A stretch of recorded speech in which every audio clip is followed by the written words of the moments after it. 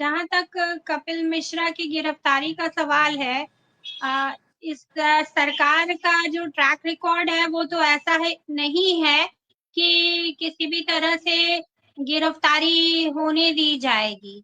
और गृह मंत्री हैं, उनसे सवाल किया जाना चाहिए। पुलिस क्योंकि दिल्ली की उन्हीं के अंडर में है, और लेकिन किसी तरह का सवाल जवाब का भी असर इनके ऊपर होता है, ऐसा तो कोई सही बात है। उदाहरण अभी तक सामने नहीं आया है। चाहे आप टेनी के बेटे की बात कर लीजिए, जिन्होंने किसानों को कुचलकर अपनी गाड़ी के नीचे मारा था।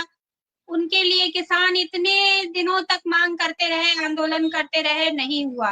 तो कपिल मिश्रा ने तो जो जुर्म किया है, जिस तरह से उन्होंने दंगों को भड़काने का, उसका इस्तेमाल पूरी बीजेपी अपनी राजनीति के लिए करती है।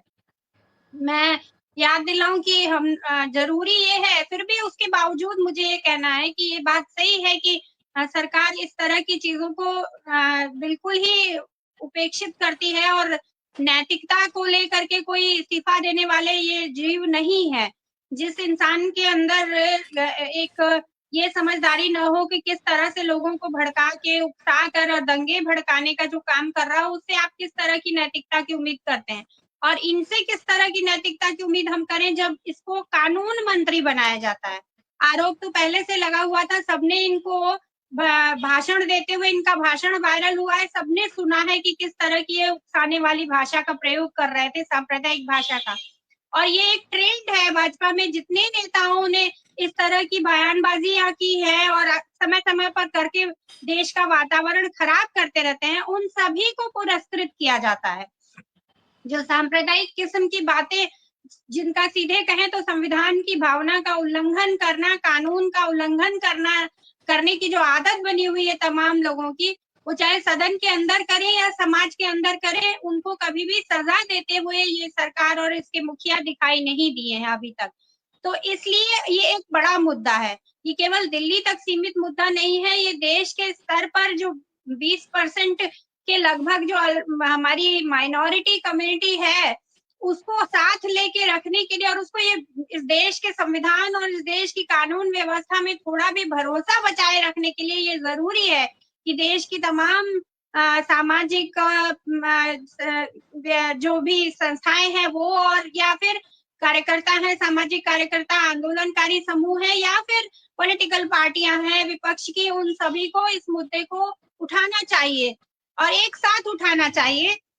अभी अभी कल वक्फ बोर्ड का जो मामला आया है और जिस तरह से पास किया कराया गया है, वो भी अल्पसंख्यकों और मुस्लिमों के हक पर हमला, जिसको कहते हैं डकैती डालने का काम करने के लिए किया गया है।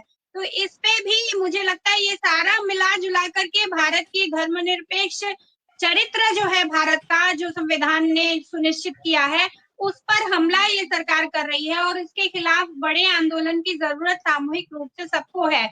और दिल्ली उसका केंद्र बनना चाहिए, क्योंकि दिल्ली में जिस तरह से दंगे भड़काए गए थे, जिस तरह से उसमें लोगों की हत्या हुई थी, पुलिस खुद उसमें जिस तरह से इन्वॉल्व रही है, कई मामलों में तो पुलिस ने ही पिटाई की और मौत के दरवाजे तक पहुंचाया है युवाओं को। तो इस तरह की चीजों को लेकर के मुझे तो कहना है कि माननीय सुप्रीम कोर्ट को एक स्वतंत्र जांच कमेटी बना करके, और जो लोग इनके झूठे आरोपों में जेल में बंद है, उनकी भी केसों को सुनना चाहिए।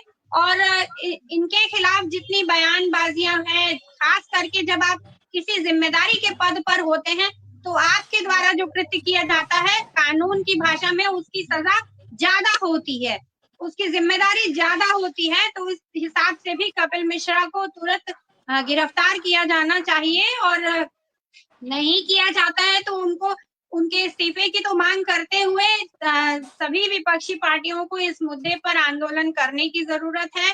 सामाजिक लोगों को भी, आंदोलनकारी समूहों को भी करने की जरूरत है।